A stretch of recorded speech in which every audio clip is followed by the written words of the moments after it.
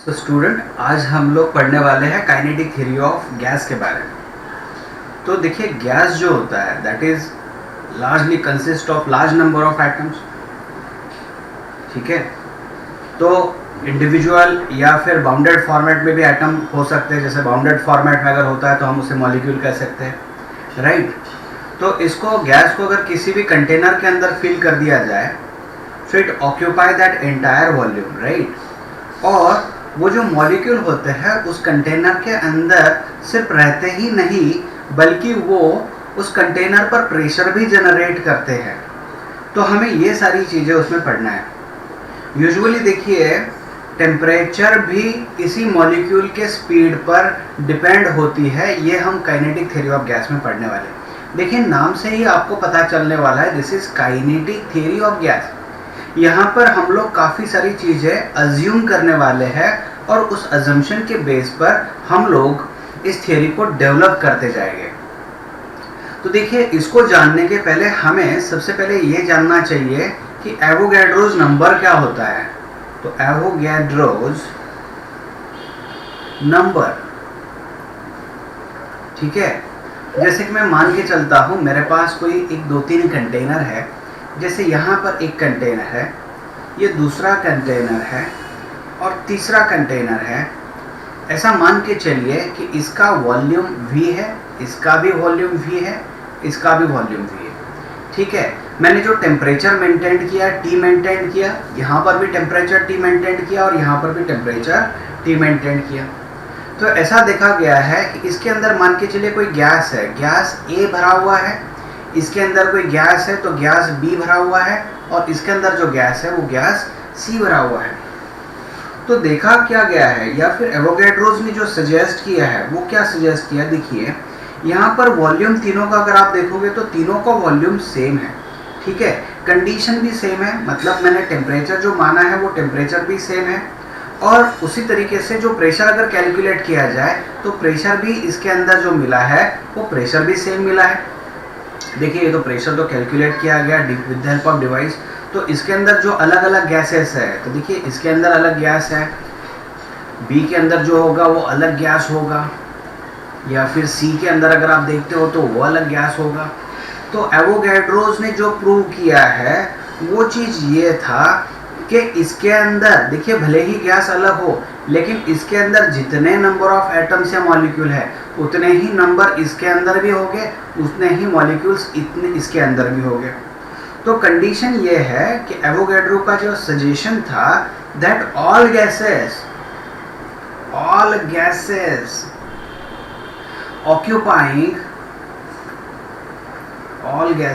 occupying the same volume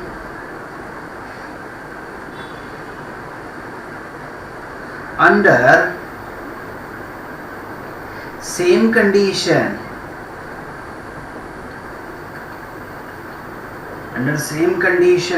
of temperature and pressure contain same elementary unit। तो elementary unit क्या होता है, unit मतलब या फिर एटम या मॉलिक्यूल के बारे में हम बात कर रहे हैं, एटम या फिर मॉलिक्यूल जो भी गैस होगा। तो होता क्या है, इसमें डिफाइन कर दिया गया 1 मोल ऑफ गैस। देखिए, अगर हम लोग काइनेटिक गैसेस के बारे में बात करते हैं तो मोल ये कॉन्सेप्ट आता है। ठीक है, so as per Avogadro 1 mole of gas अगर है, कोई भी भले ही कोई भी गैस हो, तो 1 मोल ऑफ गैस अगर होता है so it contains 6.02 into 10 to the power 23 number of elementary particles। एक मोल में इतने नंबर ऑफ एलिमेंट्री पार्टिकल्स, मतलब या तो एटम या फिर मॉलिक्यूल हो गए। ये आपको समझ रहा है, एटम या फिर मॉलिक्यूल। क्योंकि देखिए, गैस जो होती है, गैस में अलग अलग टाइप हो गए ना, मोनो एटॉमिक गैस होगी, डाई एटॉमिक गैस होगी, triatomic linear, triatomic non linear या फिर पॉलीएटॉमिक गैस हो सकती है। तो इस तरीके से ये हमें यहाँ पर पता चल गया। तो इसको नाम दे दिया गया Na, और ये Na क्या होता है? ये होता है एवोगैड्रोज नंबर। ये होता है एवोगैड्रोज नंबर, और इसका जो नंबर है वो है 6.02 into 10 to the power 23 numbers we can say per मोल। ठीक है, तो अगर कोई गैस है, वो गैस का अगर हमें मोलर मास निकालना है, मोलर मास ऑफ गैस, तो उसको हम लोग MO बोल देंगे इसके ऑनवर्ड, MOO, इसीलिए कि मोलर मास के लिए हम लोग समझ पाएंगे। तो अगर मैं ये M जो होगा वो ले लेता हूं मैं इंडिविजुअल मॉलिक्यूल का मास, इंडिविजुअल मॉलिक्यूल्स मास, और उसको मल्टीप्लाई कर दीजिए एवोगैड्रोज नंबर से। ठीक है, ये हो गया एक चीज। दूसरी चीज क्या है? तो मैं लिख दूंगा, हमें यूज करना है इसे, मास ऑफ गैस। देखिए मास ऑफ गैस जो होगा, तो इंडिविजुअल मॉलिक्यूल का तो मास है, मल्टीप्लाई बाय मान लीजिए n नंबर ऑफ मॉलिक्यूल्स या एटम्स है। तो मास ऑफ गैस जिसको हम लोग कैपिटल M बोलेंगे इसके बाद, so capital M is mass of individual molecule multiply by number of molecules. ठीक है, तो यहाँ पर दो चीजें चल रही है, तो मास ऑफ गैस और दूसरा है मोलर मास ऑफ गैस। अभी देखिए नंबर ऑफ मोल्स को डिफाइन कैसे कर दिया गया? तो कोई भी गैस अगर है उसमें अगर नंबर ऑफ मॉलिक्यूल्स आपको पता है तो उसको डिवाइडेड बाय Na कर दीजिए, एवोगैड्रोज नंबर, इससे आपको नंबर ऑफ मोल मिल जाएगा। और नंबर ऑफ मोल को हम लोग स्मॉल n से डिनोट करते हैं काफ़ी बार, ये आ गया। या फिर देखिए अगर आप यहाँ पर अगर क्लियरली ये दोनों का डिवीजन अगर निकाल देते हो तो N/Na आपको मिल जाएगा mass of gas divided by molar mass of gas. ये दूसरी चीज हमें मिल जाएगी, यहाँ से भी हमें नंबर ऑफ मोल्स मिल सकता है। मैं एक एग्जांपल आपसे करवा लेता हूँ, उसको थोड़ा समझ लीजिए। ये एग्जांपल क्या है देख लीजिए। जैसे कि मान लीजिए क्वेश्चन पूछा गया है, calculate number of atoms in 39.4 gram gold,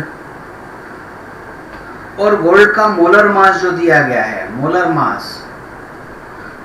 mass of gold वो दिया गया है 197 ग्राम पर मोल। राइट, तो देखिए हमें क्या मिल सकता है। हमारे पास जो फॉर्मूला है मोलर मास वाला, तो मोलर मास वाला तो इंडिविजुअल मास का जो मॉलिक्यूल होगा वो, इंडिविजुअल मास जो होगा मॉलिक्यूल का, और उसको मल्टीप्लाई बाय आप एवोगैड्रोज नंबर कर लीजिए, इससे मिल पाएगा। ठीक है, तो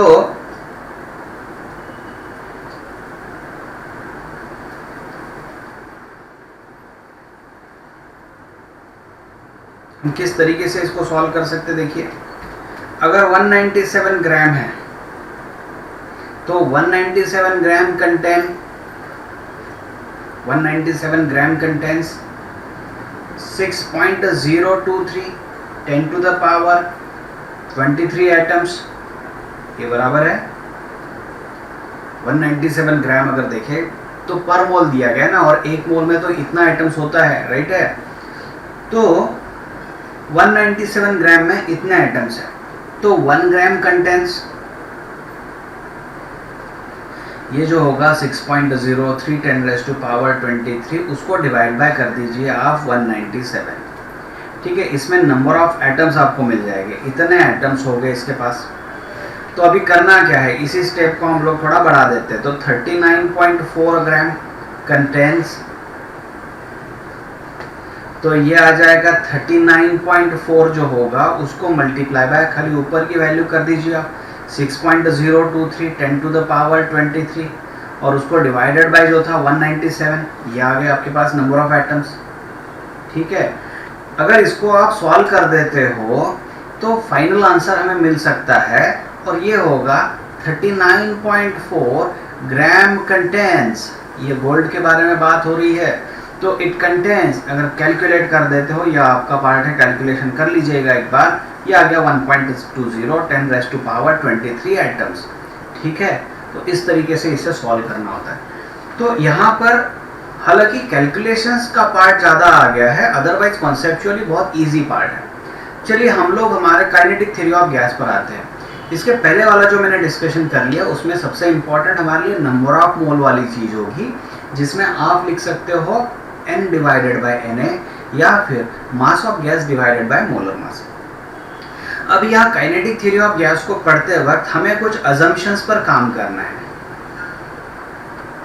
तो जो अजम्पशंस हो गए, उसमें से सबसे पहला अजम्पशन अगर हम लोग देखते हैं तो ये होगा every gas consist of extremely small particles. और वो जो पार्टिकल होगा वो या तो एटम होगा या मॉलिक्यूल होगा। देखिए मोनोएटॉमिक अगर गैस है तो ऑब्वियसली उस गैस में मॉलिक्यूल्स की बजाय एटम्स ही होंगे। अगर डायएटॉमिक गैस हो तो वहां पर तो मॉलिक्यूल होना चाहिए ना। ठीक है, मॉलिक्यूल जो होगा वो होगा।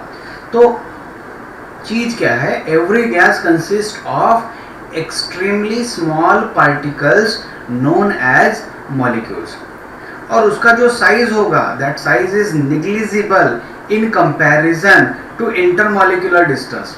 मतलब देखिए एक मॉलिक्यूल यहाँ पर है, एक मॉलिक्यूल यहाँ पर है, तो पार्टिकल साइज मैंने मान लिया, लेकिन इन दोनों के बीच का डिस्टेंस काफ़ी बड़ा मैंने कंसिडर कर लिया।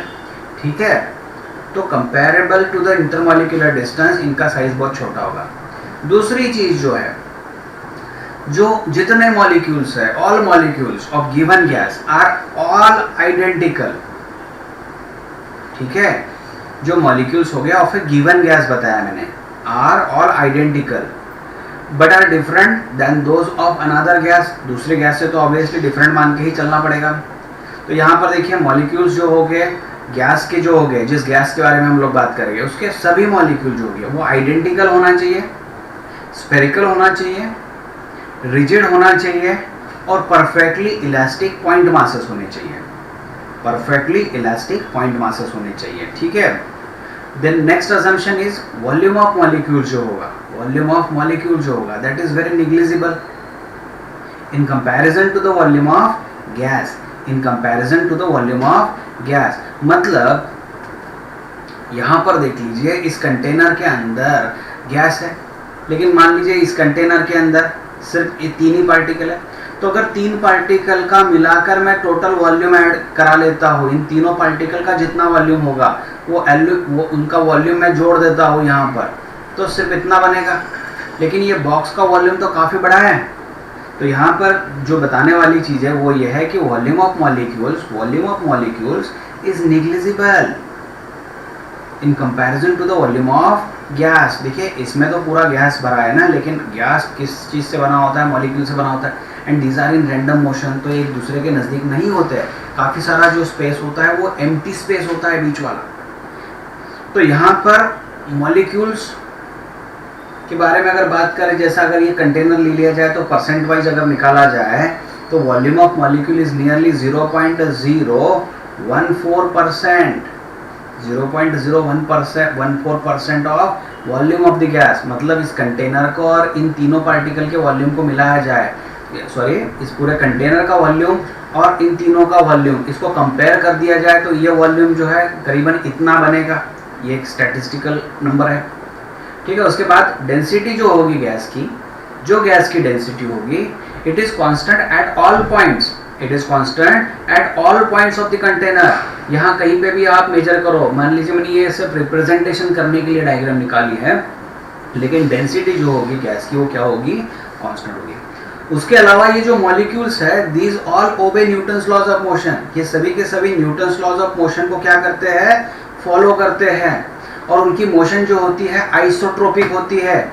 मोशन आइसोट्रोपिक होती है मतलब क्या होता है कि जो मॉलिक्यूल होता है that can move anywhere randomly in all possible direction with all possible velocities, ठीक है। और जो टाइम स्पेंड किया जाता है बिटवीन टू कोलिजन्स, दो कोलिजन्स, यहाँ पर दो कोलिजन हो रहा है मान के चलिए, तो दो कोलिजन के बीच का जो टाइम होगा that is very very very very small. Got it? The time spent in the collision between two molecules is negligible in comparison to the time between two successive collision. एक molecule यहाँ से आ रहा है, दूसरा molecule यहाँ से आ रहा है, और थोड़ी समय बाद यहाँ पर आके कोलिजन हो गया, तो कोलिजन करने के बाद वापस से ये बाउंस हो गए मान लीजिए, तो इनके बीच का कोलिजन का समय बहुत कम होता है in comparison to the time taken by them for that collision. और इनके बीच में कोई भी अट्रैक्टिव और रिपल्सिव फोर्स हम लोग यहाँ पर नहीं मानने वाले हैं। समझ लीजिए आप, यहाँ पर इन दोनों के बीच में किसी भी तरह से अट्रैक्टिव रिपल्सिव फोर्स को हम लोग नहीं मानेंगे, क्योंकि अगर ऐसा हम लोगों का मानना होगा तो हमें पोटेंशियल एनर्जी को कंसीडर करना पड़ेगा।